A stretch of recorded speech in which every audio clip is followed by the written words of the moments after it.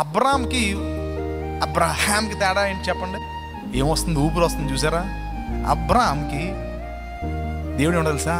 అబ్రాము ఐగుప్తు జీవితం, అందుకే ఏం చేశాడు? వెళ్ళి సారాకు ఉన్న పని మనిషితో వెళ్ళి బిడ్డను కన్నాడు. 2013 వరకు నేను మేబీ సినాయ్ అనుకోవచ్చు, సినాయ్ అని దేవుడు, బాబు ఆ పాత జీవితం వద్దు, నీకు ఆత్మ కావాలి, నీకు నా ఆత్మ ద్వారా నువ్వు బతకగలవు, వితౌట్ మై స్పిరిట్, నా ఆత్మ లేకుండా నువ్వు జీవించలేవు అని దేవుడు తన పరిశుద్ధ ఆత్మను, మృతుల్లో రేపిన యేసు ఆత్మ లోపలికి వచ్చి నన్ను జీవింపజేసింది. ఎంత తల్లిదండ్రులు చనిపోయినా, ఉద్యోగం వదిలేసినా, ఇలా సంతోషంగా ఎందుకున్నా ఆయన ఆత్మ నన్ను జీవింపజేసింది. మృతుల్లో నుంచి లేపిన ఆత్మ నాలో ఉంది, మీలో కూడా ఉంది. సో సారా అంటే ఏంటి? ఊపిరి ఊతున్నాడు దేవుడు.